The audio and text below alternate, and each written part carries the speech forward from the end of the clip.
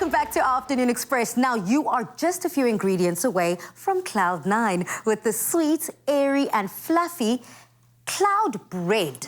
I mean, Chef Chad, break it down. Zoe, have you ever heard of a cloud bread? I've never heard of cloud bread. I feel like this is very trendy. Well, it is one of those sort of trends that went viral and all the rest of it. I seem to sort of be on the back end of it. But, you know, it's one of these things, you know, it sort of makes sense in its own. So think of bread meets meringue. Now, you know, yeah, exactly. Ooh, I think, you know, after all your years' experience in the kitchens, you know, meringue is always sort of something that's always dubious to, you know, work with. But what you've got to have is basically your egg whites that we have aerated. That's going to give us the cloudy, fluffy lightness with it. It is sweet, so we've got some sugar that's in there as well. And then we've got the corn flour, which is what is basically going to give us a semi-dough kind of sort of texture and bind that together. With a little bit of candy floss essence to sort of bring some flavour together. And then obviously colouring, whatever colouring, you know, your heart's desire is what you basically need for this, and then you just bake it out. So what we've done is one, yeah, you know, earlier.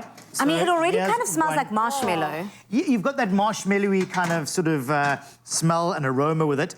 Here you obviously put a little bit of pinkness. You can see it's got a sort of bit of give to it at the end of the day. So again, you know, you're sort of thinking, you know, a bit of a pavlova, that's sort of soft and squishy. Chef, I wanted to know, so when you whisk your egg whites, you haven't added anything to that yet? No, nothing to that yet. That's just sort of your egg whites as they are to a fairly stiff peak. You know, I'm not going to try and do it in this bowl because it's been transferred in here. It will fall on your head. You should be able to put it on your head. You should have, if you've used the bowl, obviously, you know, because of, you know, TV, we've made it all look all fancy, put into a lovely clean bowl, but technically you should be able to, you know, put this above your head and off you go. So what I'm going to do to this, I was about to do it to you actually, so I think your face sort of said 1,000 words like, oh no, that's not going to work. I mean, Chef Chad, we wanted to come back. Chef Chad, we wanted to come back. Absolutely, that's why I didn't do it. Anyway, so that's going to go on top there, and then just sort of whisk this together, and just slowly get that flour incorporated into it.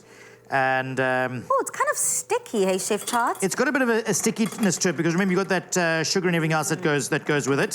So bringing that all in together, just gently like that. It's actually not as sweet as I expected. Let's get this going up.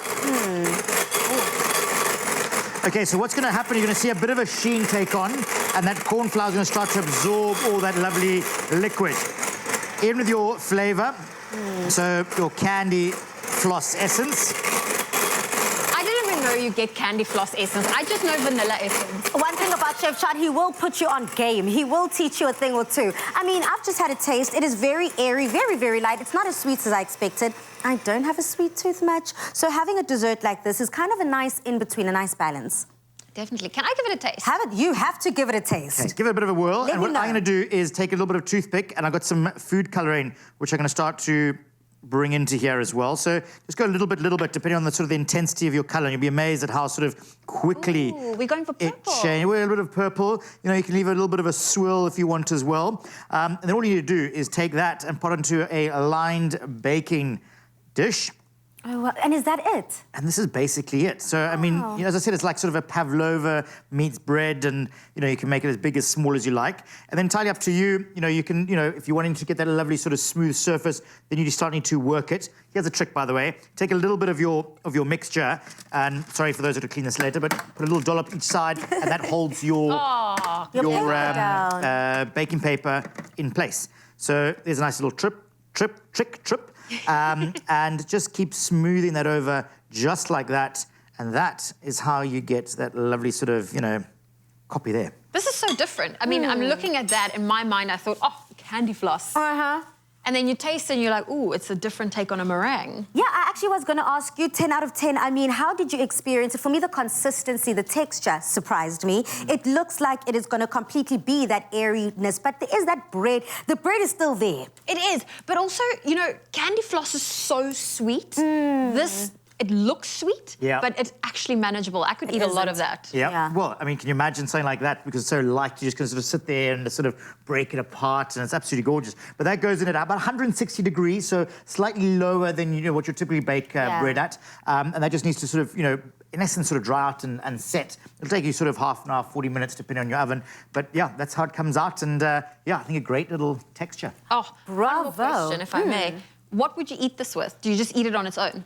Well, I mean, I suppose it can go both ways. As you say, it's not completely sweet, but I think if something like, you're starting to add maybe a jam or some cheese, I think would go quite well with this. Personally, yes. I love sweet and savoury mix. I love a good sweet and savoury mix. I was actually thinking I miss some freshness. So some fresh berries for me would definitely... Yeah, I think some berries would go beautifully with this here. A little bit of sort of, whipped mascarpone or something as well you could add to it. Well, you know what? I think that 3 might be a crowd, but we definitely have some family members that I would like to call in. Yes. Tamsy's been having a party from the top of the show. I mean, how was the mocktail? This is absolutely divine, but this looks like such a treat. How cool. It was. You can imagine kids would love something like this. I am Quite kids. novelty. Yeah, there you go. Absolutely. Well, what an incredible show it has been.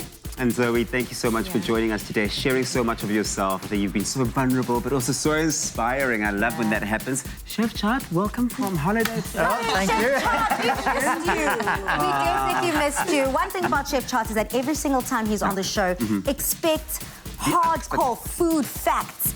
Expect to walk away knowing what you didn't know coming into the show. And also, expect your belly to be full. Absolutely. I love it. And thank you again, Chef Tumi, Chef Jay. Oh, we love you guys. Superstars. Don't keep engaging with us on social media and let us know what dreams have you always had up your sleeve. Now remember, people, dreams do come true. All it takes is, of course, courage and belief in yourself.